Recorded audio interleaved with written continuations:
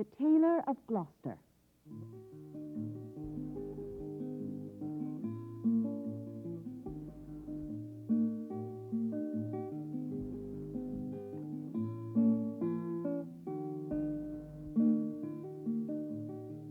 In the time of swords and periwigs and full-skirted coats with flowered lappets, when gentlemen wore ruffles and gold-laced waistcoats of peau de soie and taffeta, there lived a tailor in Gloucester. He sat in the window of a little shop in Westgate Street, cross-legged on a table from morning till dark. All day long, while the light lasted, he sewed and snippeted, piecing out his satin and pompadour and lute-string. Stuffs had strange names and were very expensive in the days of the Tailor of Gloucester. But although he sewed fine silk for his neighbors, he himself was very, very poor. A little old man in spectacles, with a pinched face, old crooked fingers, and a suit of threadbare clothes. He cut his coats without waste, according to his embroidered cloth. They were very small ends and snippets that lay about upon the table. 2 narrow breadths for naught, except waistcoats for mice, said the tailor. One bitter cold day near Christmas time, the tailor began to make a coat of cherry-colored corded silk, embroidered with pansies and roses, and a cream-colored satin waistcoat, trimmed with gauze and green worsted chenille, for the mayor of Gloucester. The tailor worked and worked, and he talked to himself.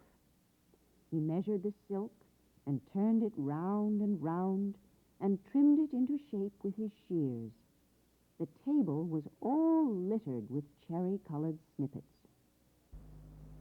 No breadth at all, and cut on the cross. It is no breadth at all. Tippets for mice and ribbons for mobs. For mice, said the Tailor of Gloucester. When the snowflakes came down against the small leaded window panes and shut out the light, the tailor had done his day's work. All the silk and satin lay cut out upon the table. There were 12 pieces for the coat and 4 pieces for the waistcoat.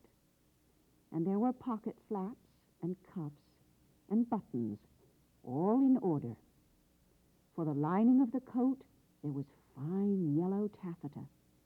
And for the buttonholes of the waistcoat, there was cherry-colored twist.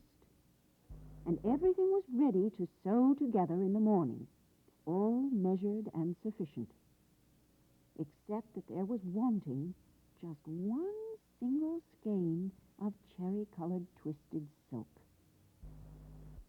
The tailor came out of his shop at dark, for he did not sleep there at nights. He fastened the window and locked the door and took away the key. No one lived there at night but little brown mice, and they run in and out without any keys.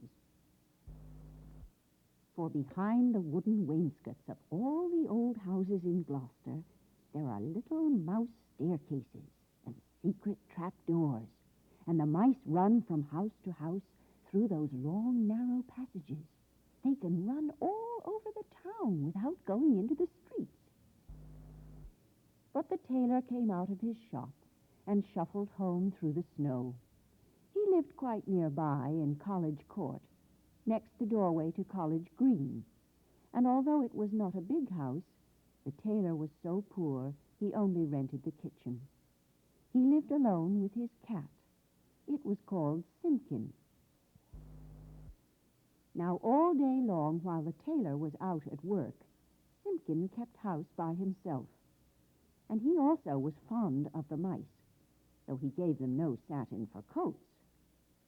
"Meow," said the cat when the tailor opened the door. "Meow."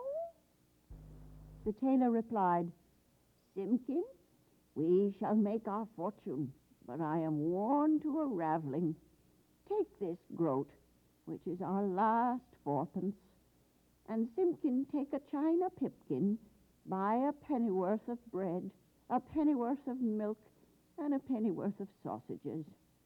And oh, Simpkin, with the last penny of our fourpence, buy me 1 pennyworth of cherry-coloured silk.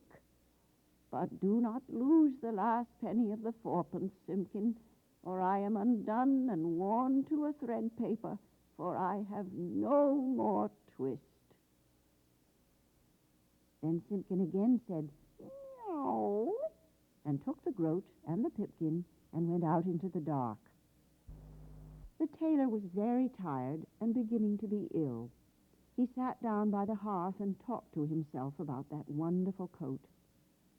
I shall make my fortune, to be cut bias.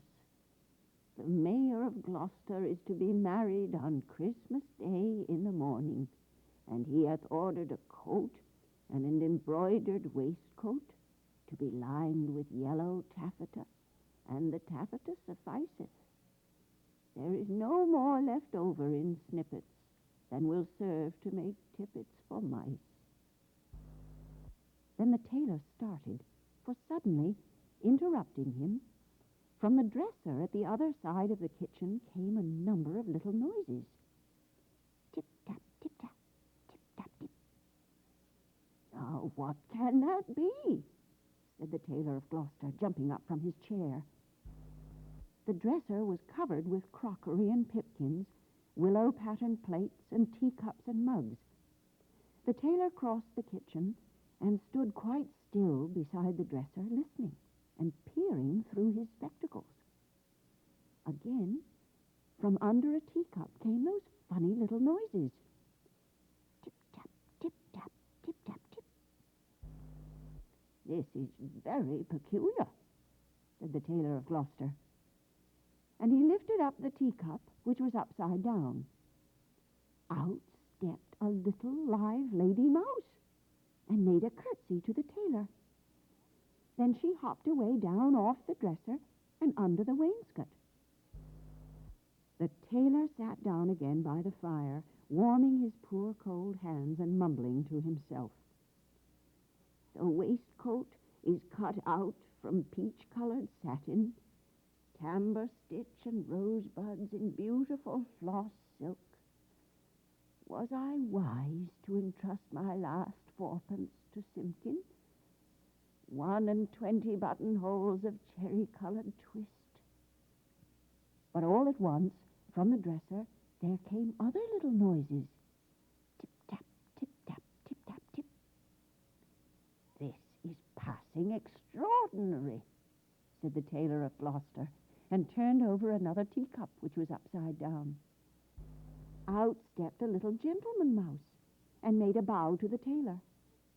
And then from all over the dresser came a chorus of little tappings, all sounding together and answering one another like watch beetles in an old worm-eaten window shutter. Tip-tap, tip-tap, tip-tap, tip. And out from under teacups and from under bowls and basins stepped other and more little mice, who hopped away down off the dresser and under the wainscot. The tailor sat down close over the fire, lamenting.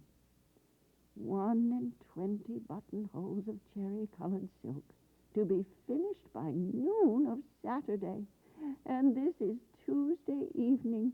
Was it right to let loose those mice? Undoubtedly the property of Simpkin. Alack, I am undone, for I have no more twist. The little mice came out again and listened to the tailor. They took notice of the pattern of that wonderful coat.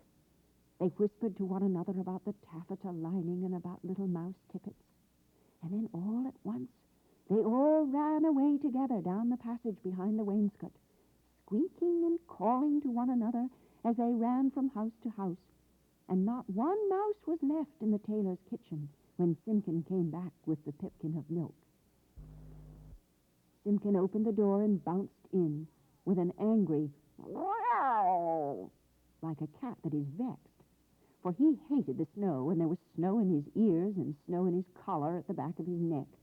He put down the loaf and the sausages upon the dresser and sniffed.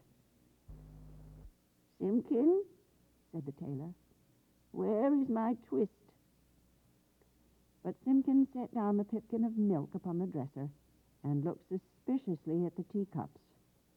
He wanted his supper of little fat mouse. "Simpkin," said the tailor, "where is my twist?" But Simpkin hid a little parcel privately in the teapot and spit and growled at the tailor. And if Simpkin had been able to talk, he would have asked, "Where is my mouse?" "Alack, I am undone," said the tailor of Gloucester, and went sadly to bed.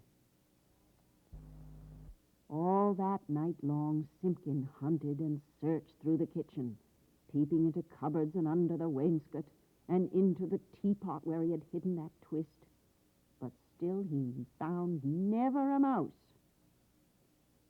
And whenever the tailor muttered and talked in his sleep, Simpkin said, "Meow,"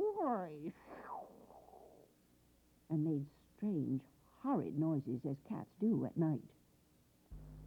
For the poor old tailor was very ill with a fever, tossing and turning in his four-post bed, and still in his dreams he mumbled, "No more twist, no more twist."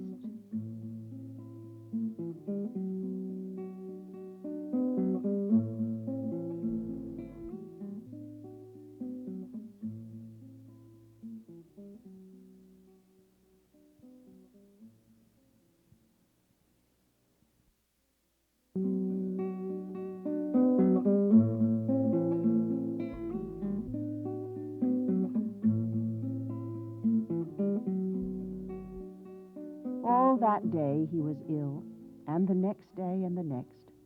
And what should become of the cherry-colored coat?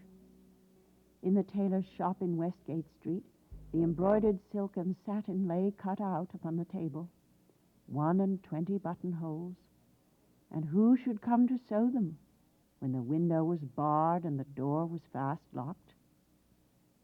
But that does not hinder the little brown mice. They run in and out without keys through all the old houses in Gloucester. Out of doors, the market folks went trudging through the snow to buy their geese and turkeys and to bake their Christmas pies. But there would be no Christmas dinner for Simpkin and the poor old tailor of Gloucester. The tailor lay ill for 3 days and nights, and then it was Christmas Eve, and very late at night. The moon climbed up over the roofs and chimneys and looked down over the gateway into College Court. There were no lights in the windows, nor any sound in the houses. All the city of Gloucester was fast asleep under the snow. And still Simpkin wanted his mice, and he mewed as he stood beside the four-post bed. But it is in the old story that all the beasts can talk in the night between Christmas Eve and Christmas Day in the morning, though there are very few folk that can hear them or know what it is that they say. When the cathedral clock struck 12, there was an answer, like an echo of the chimes.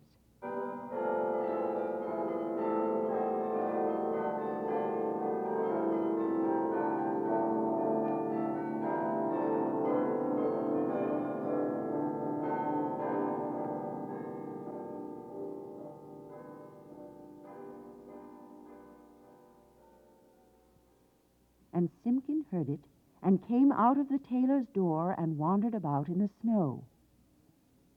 From all the roofs and gables and old wooden houses in Gloucester came 1,000 merry voices singing the old Christmas rhymes, all the old songs that ever I heard of, and some that I don't know, like Whittington's bells. First and loudest, the cocks cried out, "Dame, get up and bake your pies."